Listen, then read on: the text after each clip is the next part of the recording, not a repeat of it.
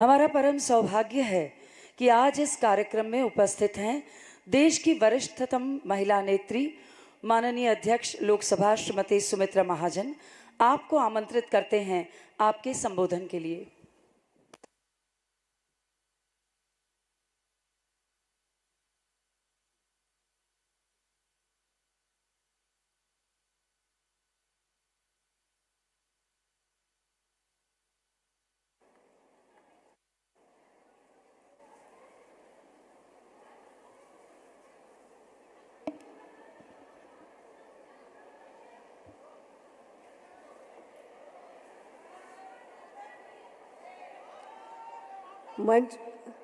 मंच पर विराजमान माननीय प्रधानमंत्री नरेंद्र भाई, माननीय राज्यपाल जी, मुख्यमंत्री विजय रूपाणी जी, जिनके निर्देशन में आज ये पूरा कार्यक्रम हो रहा है एक प्रकार से, ऐसे केंद्रीय ग्रामीण विकास मंत्री नरेंद्र तोमर जी, नितिन पटेल जी, आनंदीबेन और स्मृति जी, निरंजन ज्योति, रूपाला जी, सभी केंद्रीय मंत्री, सभी राज्य मंत्री, संसद में मेरी साथी, सभी बहनें भाइयों, मंच पर विराजमान सभी अधिकारीगण, सामने उपस्थित सभी सरपंच, ग्राम प्रधान और यहाँ के विधायकगण, मेरे सभी साथी भाइयों, माताओं, बहनों, आज ये कार्यक्रम मुझे ऐसा लगता है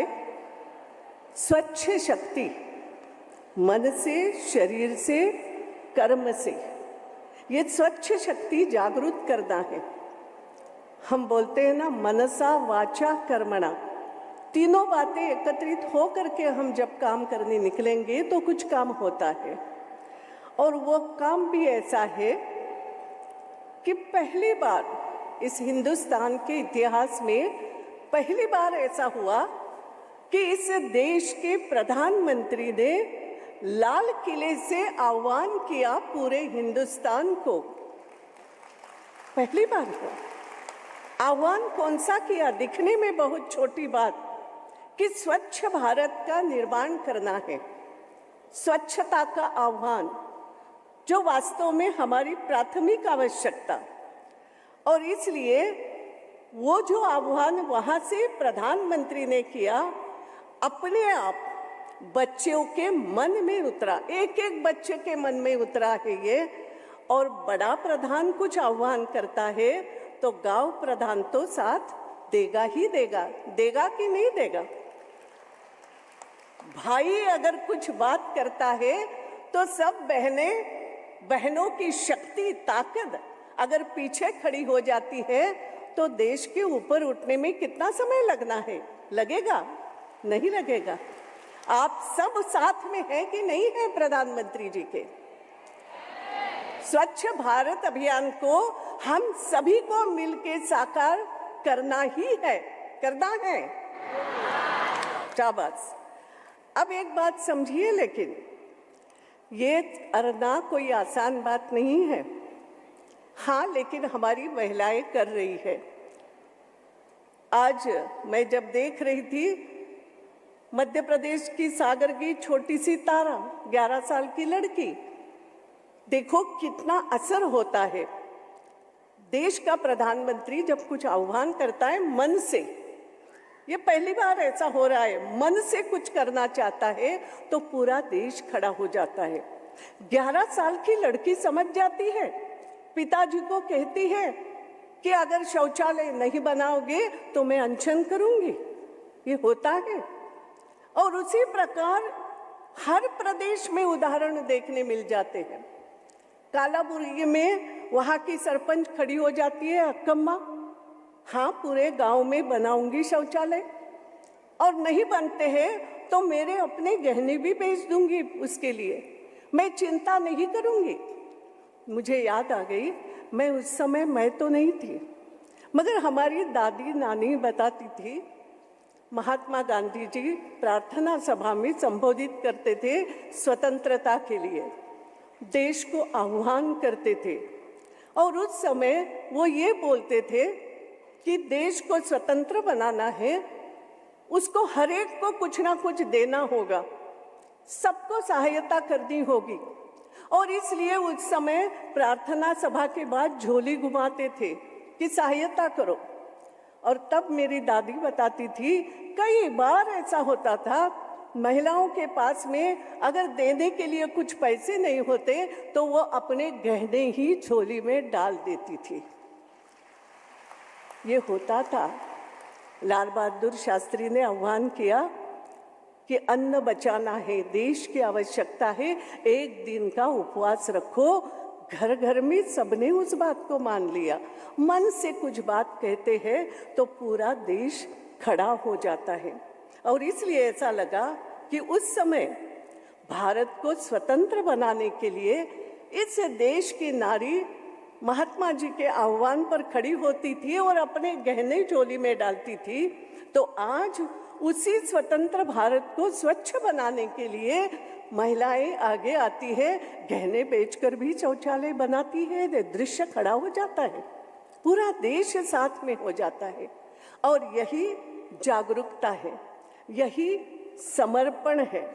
आज ऐसा लगता है कि प्रतिवर्ष मुझे कई बार पूछा कि ये महिला दिवस मनाते, 8 मार्च महिला दिवस, क्या होता है? क्या अधिकारों की बात? और कई बार तो ऐसा भी होता है, 8 मार्च को जब भाषण होते हैं ना, मुझे हंसी आती है। एक वाक्य सबको बड़ा अच्छा, अरे हमारे हिंदुस्तान में तो यत्र नार्यस्तु पूज्यन्ते रमन्ते तत्र देवता।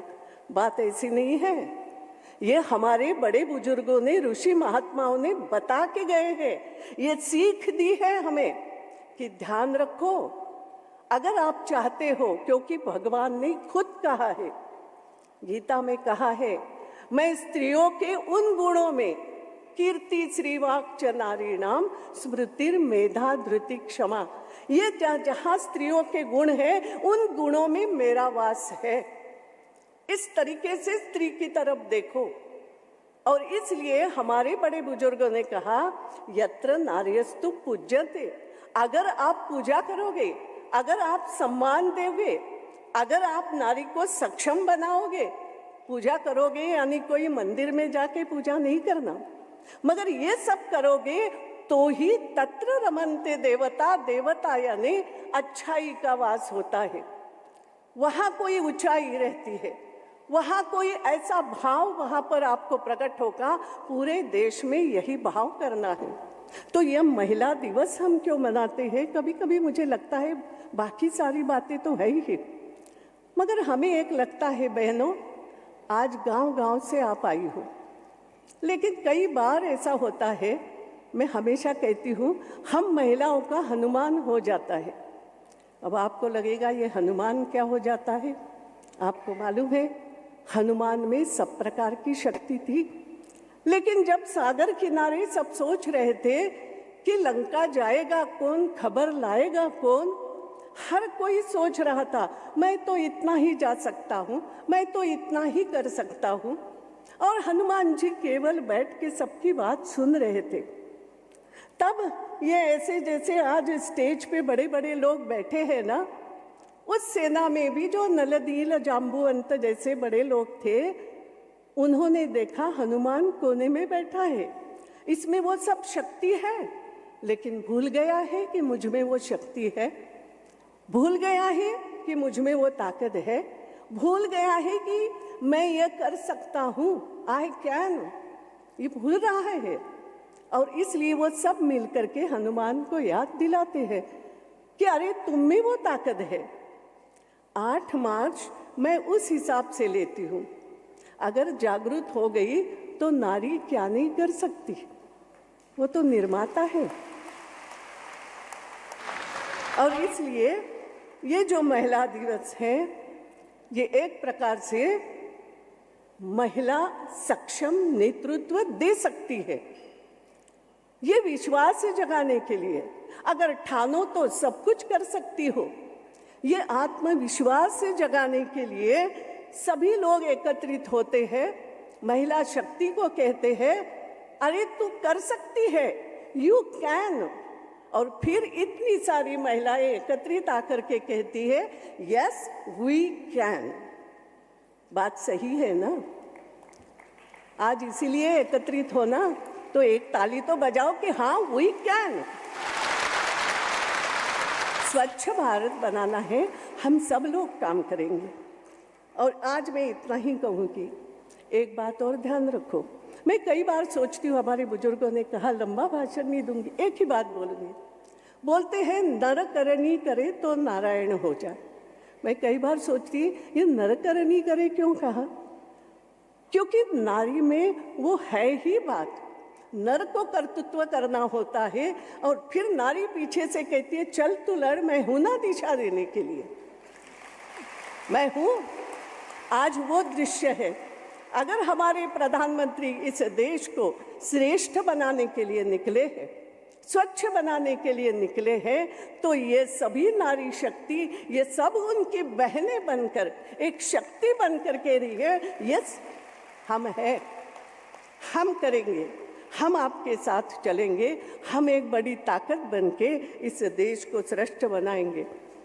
और आज मैं इतनी ही बात कहूँगी, बहुत लंबा भाषण की आवश्यकता नहीं, मैं कब से सुन रही हूँ। आप खुद कहीं ना कहीं बहुत काम अपने अपने जगह कर रहे हैं।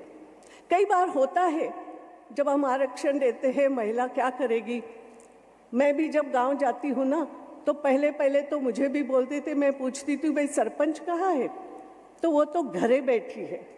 मैंने कहा घरे क्यों बैठी? अरे ताई क्या करे, हमारे यहाँ वो घूंघट की प्रथा है ना, तो वो घरे है, वो सभा में नहीं आएगी। मैंने कहा क्यों, क्या घूंघट पहन करके वो घर में काम करती है ना? घूंघट पहन करके या घूंघट ओढ़ के वो कभी कभी आपसे आंखें भी लड़ाती होगी, बच्चों पर प्रेम भी करती है, बच्चों को डांटती भी, सास ससुर से भी झगड़ा करती, कई सारे काम करती है। तो घूंघट पहन के सभा में भी बैठ सकती है और यहाँ समाज का काम भी कर सकती है।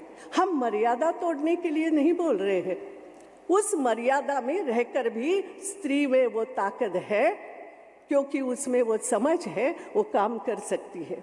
और यही दिखाना है, परंपराओं का पालन। तो मैं आज आपको 2 लाइनें कहूँगी किस तरीके से हम कर सकते हैं। कल को माथे पर तिलक सा रख, कल जो बीता हुआ कल, सबसे अच्छी परंपराओं का पालन, संस्कृति का रक्षण आप ही तो करती हो। वट की पूजा करोगी क्योंकि वट वृक्ष की आवश्यकता आप जानते हो। पीपल की पूजा करोगी, आंवला अष्टमी पे जाके वहाँ सहभोजन करोगी क्योंकि आंवले के गुण जानती हो। इसका संरक्षण करना है, परंपराओं का रक्षण करती हो, कई अच्छे संस्कार आगे ले के चलती हो। तो कल को माथे पर तिलक सा रख, आज की उंगली पकड़। ये आज कौन है? आज हमारे बच्चे हैं। आप कोई मजदूरनी भी देखो, सिर पे बोझ रखे हुए चलेगी और एक हाथ से अपने छोटे बच्चे का हाथ कट्ठा पकड़ करके चलेगी। अकेली नहीं जाएगी महिला, अपने बच्चों को हमेशा साथ रखेगी। विचारों में भी बच्चे रहते हैं, मजदूरी कमा करके आएगी तो सोचते सोचते चलेगी कि हाँ आज घर में क्या ले जाऊं, बच्चों की फीस भरना है या और कुछ करना है, इस पैसे का कैसे कैसे मैं परिवार के लिए उपयोग करूं। तो महिला ये करती है और इसलिए कल को माथे पर तिलक सा रख, आज की उंगली पकड़ और उंगली पकड़ करके शिक्षा दीक्षा सामर्थ्य समेट कर चल रही सखी उज्जवल भविष्य की ओर, स्वच्छ भारत बनाने, श्रेष्ठ भारत बनाने चल रही सखी उज्जवल भविष्य की ओर एक साथ। धन्यवाद। धन्यवाद स्पीकर महोदया, आपके प्रेरणादायी व मार्गदर्शक संबोधन के लिए।